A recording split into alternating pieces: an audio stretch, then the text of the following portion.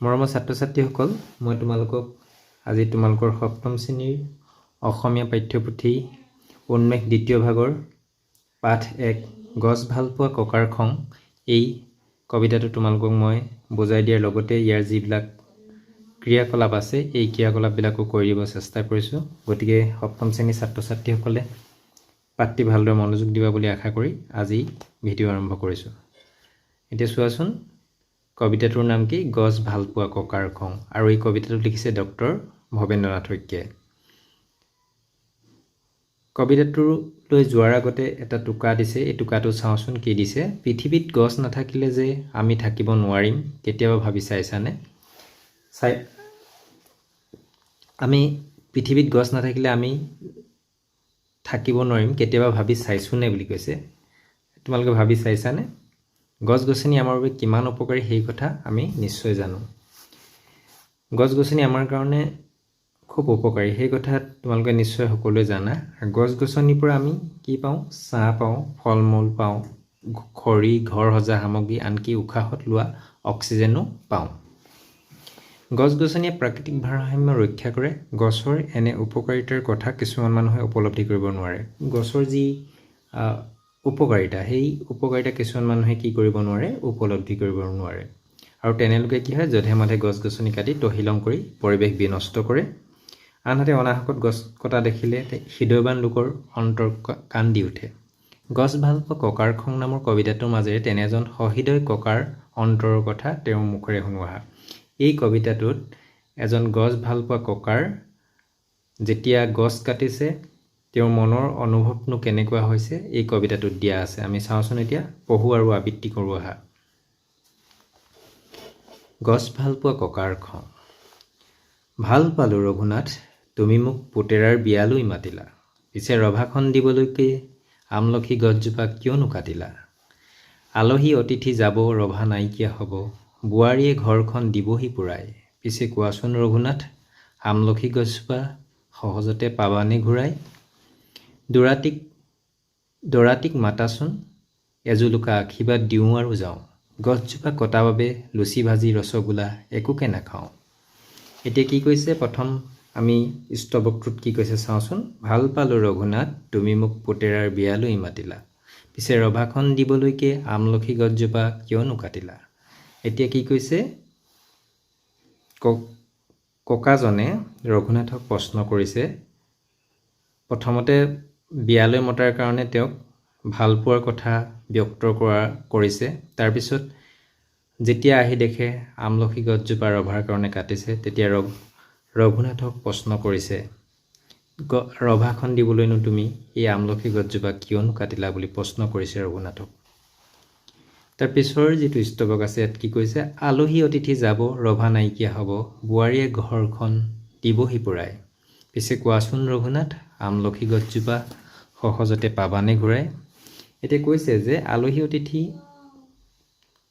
যাব বুলি কৈছে আৰু ৰভাখনো নাইকিয়া হ'ব, আৰু সেই আলহী অতিথি যোৱাৰ পিছত বোৱাৰীয়ে ঘৰখন পূৰ কৰিব বুলি কৈছে। কিন্তু সেই যিজোপা ৰভাৰ কাৰণে কটা আমলখিজোপা সহজতে ঘূৰাই পাবানে? সেই কথাটো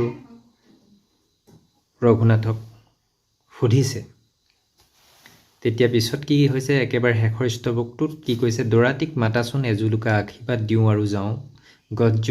গছজোপা কটা বাবে লুচি ভাজি ৰসগোল্লা একোকে নাখাওঁ। তেতিয়া কৈছে যে দৰাটিক মাতিবলৈ কৈছে আৰু এজোলোকা আশীৰ্বাদ দিও যাবলৈ বিচাৰিছে ককাই। কিন্তু তেওঁ যি বিয়াৰ অভ্যৰ্থনা অনুষ্ঠানত যি লুচি ভাজি ৰসগোল্লা দিছে, সেই গছজোপাৰ কটাৰ কাৰণে খঙতে ককাই সেইবিলাক খাবলৈ বিচৰা নাই। নিশ্চয় তোমালোকে এই কবিতাটো বুজি পাইছা। ইয়াত আচলতে গছৰ প্ৰয়োজনীয়তা তোমালোকক অনুভৱ কৰিবৰ কাৰণে এইটো কবিতা। আমি গছ-গছনিক আমি সকলোৱে ভাল পাব লাগে। আমি গছ-গছনি যধে মধে বিনা কাৰণত আমি কাটিব নালাগে। সেই কথাটো আমি কবিতাটোৰ জৰিয়তে গম পাইছোঁ। নিশ্চয় বুজি পাইছা। এতিয়া কবি পৰিচয় দিছে ডক্টৰ ভৱেন্দ্ৰনাথ শইকীয়াৰ বিষয়ে ইয়াত দিয়া হৈছে। এতিয়া চাওঁচোন, ডক্টৰ ভৱেন্দ্ৰনাথ শইকীয়া 1932 চনত জন্ম হৈছিল আৰু মৃত্যু হৈছিল 2003 চনত। তেওঁ এগৰাকী শিশু সাহিত্যিক, গল্পকাৰ, ঔপন্যাসিক আৰু চলচ্চিত্ৰ পৰিচালক। তেওঁৰ জন্ম নগাঁৱত। ডক্টৰ শইকীয়া গুৱাহাটী বিশ্ববিদ্যালয়ৰ পদাৰ্থ বিজ্ঞান বিভাগৰ অধ্যাপক আছিল। তেখেতে গুৱাহাটী বিশ্ববিদ্যালয়ত কোনটো বিভাগৰ অধ্যাপক আছিলে? পদাৰ্থ বিজ্ঞানৰ অধ্যাপক আছিল। শান্ত হৃষ্টপুষ্ট মহাদুষ্ট। তেওঁৰ এখন কালজয়ী অনাতাঁৰ শিশুনাট। তোমালোকে এইখন নিশ্চয় সংগ্ৰহ কৰি পঢ়িবলৈ চেষ্টা কৰিবা। তেওঁ সঁফুৰা শিশু আলোচনী আৰু প্ৰান্তিক নামৰ মাহেকীয়া সাহিত্য আলোচনীখনৰ প্ৰতিষ্ঠাপক সম্পাদক আছিল। শিশু কল্যাণৰ বাবে তেওঁ আৰোহণ নামৰ এটি অনুষ্ঠান প্ৰতিষ্ঠা কৰি থৈ গৈছে। আৰু তেওঁ শিশুসকলৰ কল্যাণৰ বাবে এটা অনুষ্ঠান প্ৰতিষ্ঠা কৰিছিলে। সেই প্ৰতিষ্ঠানটোৰ নাম কি আছিলে? আৰোহণ। এতিয়া আহিছোঁ যিবিলাক পাঠভিত্তিক ক্ৰিয়াকলাপ। প্ৰথম 1 নম্বৰ যিটো ক্ৰিয়াকলাপ কি দিছে? তলত দিয়া প্ৰশ্নবোৰৰ শুদ্ধ উত্তৰটো বাছি উলিয়াই সঠিক বৃত্তটো পূৰ কৰা। এতিয়া প্ৰথমটো কি দিছে? ভাল পালোঁ ৰঘুনাথ এই কথাষাৰ ককাই কিয় কৈছিল? ক. আমলখি গছজোপা কটাৰ বাবে। খ. ৰঘুনাথে পুতেকৰ বিয়ালৈ মতাৰ বাবে। গ. বিয়াৰ ৰভাখন দিয়াৰ বাবে। ঘ. বিয়ালৈ আলহী অতিথি অহাৰ বাবে। ইয়াৰ উত্তৰটো কি হ'ব? গটো হ'ব ৰঘুনাথৰ পুতেকৰ বিয়ালৈ মতাৰ বাবে। আমি এতিয়া খটোত আমি কি কৰিব লাগিব? পূৰ কৰিব লাগিব এইটো।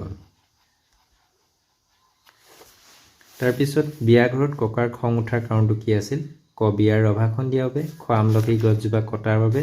বিয়ালৈ আলহী অতিথিবোৰ অহাৰ বাবে। ঘৰলৈ নবুৱাৰী আহিবৰ বাবে। এতিয়া আমলখি গছজোপা কটাৰ বাবে খং উঠিছিল ককা।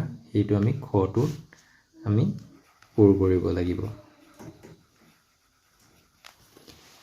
আলহী অতিথি যাব, ৰভা নাইকিয়া হ'ব কথাষাৰ কোনে কাক কৈছিল? এইটো কোনে কৈছিল? ককাই দৰাটিক কৈছিল। ৰঘুনাথে ককাক কৈছিল। ককাই ৰঘুনাথক কৈছিল। ঘৰ দৰাটিয়ে ককাক কৈছিল। উত্তৰটো ককাই ৰঘুনাথক কৈছিল। এইটো শুদ্ধ। আমি এতিয়া গটো পূৰ কৰিব লাগিব।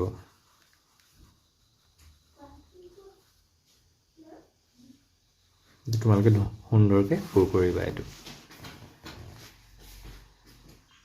এইবাৰ আহিছোঁ 2 নম্বৰ ক্ৰিয়াকলাপলৈ। তলত দিয়া প্ৰশ্নকেইটাৰ উত্তৰ দিয়া। এই প্ৰশ্নকেইটাৰ উত্তৰ দিবলৈ কৈছে। ক. কবিয়ে কবিতাটোত কাৰ বিয়াৰ কথা উল্লেখ কৰিছে? কবিতাটোত কবিয়ে কাৰ বিয়াৰ কথা উল্লেখ কৰিছে? মই উত্তৰবিলাক লিখি ৰাখিছোঁ, চোৱাচোন কেনেধৰণে হ'ব। কবিতাটোত কবিয়ে ৰঘুনাথৰ পুতেকৰ বিয়াৰ কথা উল্লেখ কৰিছে। খটো কি দিছে? বিয়া ঘৰলৈ আহি ককাই ৰঘুনাথক সোধা প্ৰশ্ন দুটা কি? উত্তৰটো কি হ'ব? বিয়া ঘৰলৈ আহি ককাই ৰঘুনাথক সোধা প্ৰশ্ন দুটা হ'ল: 1. ৰভাখন দিবলৈ আমলখি গছজোপা কিয় কাটিলা? 2. আমলখি গছজোপা আৰু সহজতে ঘূৰাই পাবানে? এই দুটা প্ৰশ্ন বিয়ালৈ আহি ককাই ৰঘুনাথক সুধিছিল। তাৰপিছত গ. দৰাটিক মাতিবলৈ ককাই ৰঘুনাথক কিয় কৈছিল? উত্তৰটো কি হ'ব? দৰাটিক আশীৰ্বাদ দিবলৈ ককাই ৰঘুনাথক দৰাটিক মাতিবলৈ কৈছিল। দৰাটিক আশীৰ্বাদ দিবলৈ ককাই ৰঘুনাথক দৰাটিক মাতিবলৈ কৈছিল। তাৰপিছত ঘ প্ৰশ্নটো কি আছে? ককাই বিয়া ঘৰত কিয় একো খোৱা নাছিল? উত্তৰটো কি হ'ব? আমলখি গছজোপা কটাৰ বাবে ককাই বিয়া ঘৰত একো খোৱা নাছিল।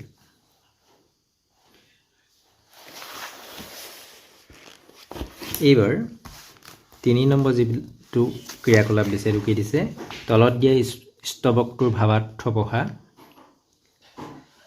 পিছে ৰভাখন দিবলৈকে আমলখি গছজোপা কিয় নোকাটিলা? এই পদ্যভাষী ডক্টৰ ভৱেন্দ্ৰনাথ শইকীয়াৰ এই যিটো আমাৰ স্তৱক দিছে, এই স্তৱকটোৰ ভাৱাৰ্থটো দি দিছে কেনেধৰণে চাওঁচোন। এই পদ্যভাষী ডক্টৰ ভৱেন্দ্ৰনাথ শইকীয়াৰ গছ ভাল পোৱা ককাৰ খং নামৰ পদ্যটোৰ পৰা লোৱা হৈছে। ইয়াত ককাজনে ৰঘুনাথৰ পুতেকৰ বিয়ালৈ আহি ৰভাতল সোমাই আমলখি গছজোপা কাটি পেলোৱা দেখি ৰঘুনাথক প্ৰশ্ন কৰাৰ কথা প্ৰকাশ পাইছে। ৰঘুনাথহঁতৰ চোতালত এজোপা আমলখি গছ আছিল। কেৱল ৰভাখন দিবৰ বাবেই সেই গছজোপা কটা কাৰণে তেওঁ মনত বৰ দুখ পাইছে। সেইবাবে তেওঁ খঙেৰে ৰঘুনাথক কথাষাৰ সুধিছিল। এতিয়া এই স্তৱকটোৰ ভাৱাৰ্থটো এইটো। এতিয়া খ যিটো ক্ৰিয়াকলাপ দিছে তিনি খ যিটো ক্ৰিয়াকলাপ দিছে কি দিছে এতিয়া ওপৰৰ উদাহৰণটো চাই তলৰ স্তৱক দুটাৰ ভাৱাৰ্থ লিখা প্ৰথমটো দিছে গছজোপা কটা বাবে লুচি ভাজি ৰসগোল্লা একোকে নাখাওঁ পিছৰটো কি দিছে পিছে কোৱাচোন ৰঘুনাথ আমলখি গছজোপা সহজতে পাবানে ঘূৰাই মই এই ভাৱাৰ্থকেইটা লিখি ৰাখিছোঁ চোৱাচোন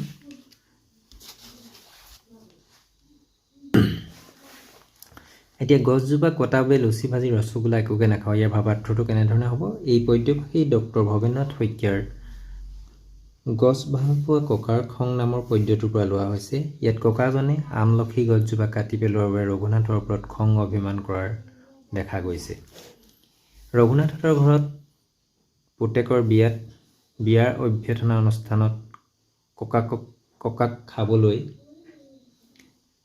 লুচি ভাজি ৰসগোল্লা আদি দিয়া হৈছে যদিও তেওঁ গছজোপা কটাৰ বাবে খঙতে সেইবোৰ একোকে খোৱা নাই এইটোৱে হৈছে ইয়াৰ ভাৱাৰ্থ তাৰ পিছৰ ভাৱটো কেনেধৰণে হ'ব পিছে কোৱাচোন ৰঘুনাথ আমলখি গছজোপা সহজতে পাবানে ঘূৰাই এইটো কেনেধৰণে হ'ব এই পদ্যভাষী ডক্টৰ ভৱেন্দ্ৰনাথ শইকীয়াৰ গছ ভাল পোৱা ককাৰ খং নামৰ পদ্যটোৰ পৰা লোৱা হৈছে ইয়াত ককাজনে ৰঘুনাথৰ পুতেকৰ বিয়ালৈ আহি ৰভাখন দিবলৈ আমলখি গছজোপা কটাৰ বাবে ৰঘুনাথৰ ওচৰত আক্ষেপ প্ৰকাশ কৰিছে যিহেতু ৰঘুনাথৰ চোতালত এজোপা আমলখি গছ আছিল কিন্তু কেৱল বিয়াখনৰ স্বাৰ্থতে সেই আমলখি গছজোপা কাটি ৰভা সজা হ'ল গছ এজোপা যে সহজে ঘূৰাই পোৱা নাযায় সেই প্ৰসংগত ককাই কথাষাৰ কৈছে নিশ্চয় তোমালোকে এই ভাৱাৰ্থটো বুজি পাইছা এই দুইটা ভাৱাৰ্থ বুজি পাইছা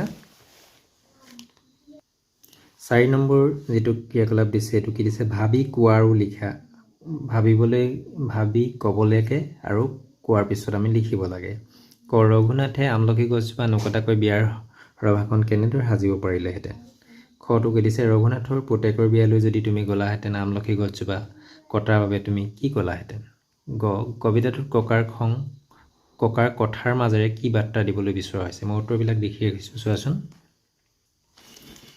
প্ৰশ্নটো কি দিয়া আছে ৰঘুনাথে আমলখি গছজোপা নকটাকৈ বিয়াৰ ৰভাখন কেনেদৰে সজাব পাৰিলেহেঁতেন উত্তৰটো হ'ব ৰঘুনাথে আমলখি গছজোপা নকটাকৈ ৰভাখনৰ বাবে অন্য এডোখৰ ঠাই বাছনি কৰি ৰভাখন সজাব পাৰিলেহেঁতেন খটো কি দিছে ৰঘুনাথৰ পুতেকৰ বিয়ালৈ যদি তুমি গলাহেঁতেন আমলখি গছজোপা কটাৰ বাবে তুমি কি ক'লাহেঁতেন এইটো মই যেটো অনুভৱ কৰিছোঁ সেইটো লিখিছোঁ তোমালোকৰ নিজৰ অনুভৱবিলাক লিখিবলৈ চেষ্টা কৰিবা উত্তৰটো কি হ'ব ৰঘুনাথৰ পুতেকৰ বিয়ালৈ যদি গলোহেঁতেন ৰঘুনাথক ক'লো হয় যে আমলখি আমাৰ বাবে অতি উৎকৃষ্ট ফল লগতে এজোপা গছৰ উপকাৰিতাৰ বিষয়েও ৰঘুনাথক অৱগত কৰালোহেঁতেন কবিতাটোত ককাৰ কথাৰ মাজে কি বাৰ্তা দিবলৈ বিচৰা হৈছে উত্তৰটো হ'ব কবিতাটোত ককাৰ কথাৰ মাজে গছ-গছনি অনাহকত কাটিবলৈ মানা কৰা হৈছে লগতে গছ-গছনিৰ প্ৰয়োজনীয়তাৰ ওপৰতো এক বাৰ্তা প্ৰদান কৰা হৈছে 5 নম্বৰ যেটো ক্ৰিয়াকলাপ দিছে এটো কি দিছে তলত দিয়া ককাৰ সংলাপবোৰ পঢ়া ককাৰ কথাখিনি উত্তৰ ৰঘুনাথে কি ক'ব পাৰে ভাবি খালি ঠাইত লিখি কথোপকথনটো সম্পূৰ্ণ কৰা ইয়াত ককাই কোৱা কথাবিলাক দি দিছে আৰু আমি ৰঘুনাথেও তাৰ উত্তৰত কি ক'ব লিখিব লাগে এতিয়া মই তোমালোকক লিখি দিছোঁ তোমালোকে নিজা ভাষাটো লিখিবলৈ চেষ্টা কৰিবা নিজৰ ভাষাত বেলেগকৈ লিখিব পাৰিবা এতিয়া চোৱাচোন ককাই কৈছে ৰভাখন দিওঁতে আমলখি গছজোপা কিয় কাটিলা ৰভাৰ বাবে আনফালে ঠাই উলিয়াব নোৱাৰিলানে তেতিয়া ৰঘুনাথে দেউতা বুলি সম্বোধন কৰি ক'ব দেউতা ঠাইৰ অভাৱৰ বাবেহে গছজোপা কাটিব লগা হ'ল তেতিয়া ককাই কৈছে হলেও ফল ধৰি থকা আমলখিজোপা কিয় কাটিলা আমলখিৰ পুলি এটা তাত ৰুই ডাঙৰ কৰিলা বাৰু তাৰ পাছত ফল ধৰিবলৈ কিমান বছৰ লাগিব ভাবি চাইছানে তেতিয়া কি ক'ব ৰঘুনাথে সেইটো হয় গছ এডালত ফল ধৰিবলৈ যথেষ্ট সময়েই লাগে এনেধৰণে ৰঘুনাথে আশ্চৰ্য প্ৰকাশ কৰিব তাৰ পিছত কি ককাই ক'ব বৰ বেয়া কাম কৰিলা ৰঘুনাথ মোৰ বৰ দুখ লাগিল বেয়াও পালো দৰাটিক মাতা তেওঁক এজুলুকা আশীৰ্বাদ দি ঘৰলৈ যাওঁগৈ তেতিয়া ৰঘুনাথে ক'ব হয় দেউতা মোৰ ভুল হ'ল মাফ কৰি দিব তথাপিও অনুগ্ৰহ কৰি আপুনি খাই যাব এনেধৰণে ৰঘুনাথে ক'ব তেতিয়া ককাই ক'ব বেয়া নাপাবা মোৰ আৰু খাবলৈ একেবাৰে মন নাই তোমালোকে অন্য ধৰণেও এই সংলাপকেইটা লিখিবলৈ যত্ন কৰিবা। এইবাৰ 6 নম্বৰ ক্ৰিয়াকলাপলৈ আহিছোঁ। তলত দিয়া বাকচটোত কিছুমান শব্দ দিয়া আছে। কাষৰ বৃত্তটোত সেই শব্দবোৰৰ অৰ্থ আছে। তাৰ পৰা সঠিক অৰ্থ বিচাৰি আনি বাকচটোৰ খালী ঠাইত লিখা। এই বাকচটোত কিছুমান শব্দ দিছে। এই বাকচটোত কাষৰ বৃত্তটোত থকা সেই শব্দবোৰৰ অৰ্থ আছে। এই বাকচটোৰ অৰ্থ আছে। তাৰ পৰা আমি সঠিক অৰ্থ বিচাৰি বাকচটোৰ খালী ঠাইত লিখিব লাগে। এই বাকচটোৰ আমি খালী ঠাইত ইয়াৰ পৰা আমি সঠিক যিটো অৰ্থ সেইটো লিখিব লাগে। এজোলোকাটো ইয়াৰ পৰা আনি লিখিলোঁ একাজলি। ঔষধটো দৰৱ হ'ব। ৰভা উৎসৱ পৰ্বৰ বাবে ওখকৈ দিয়া চালি। বোৱাৰীটো পুত্ৰৰ পত্নী। অতিথি হ'ব। অতিথিৰ অৰ্থটো হ'ব আলহী। আজিৰ পাঠ ইমানতে সামৰিছোঁ। পুনৰ অন্য এটা পাঠৰ সৈতে তোমালোকৰ সৈতে লগ হ'ম। ধন্যবাদ।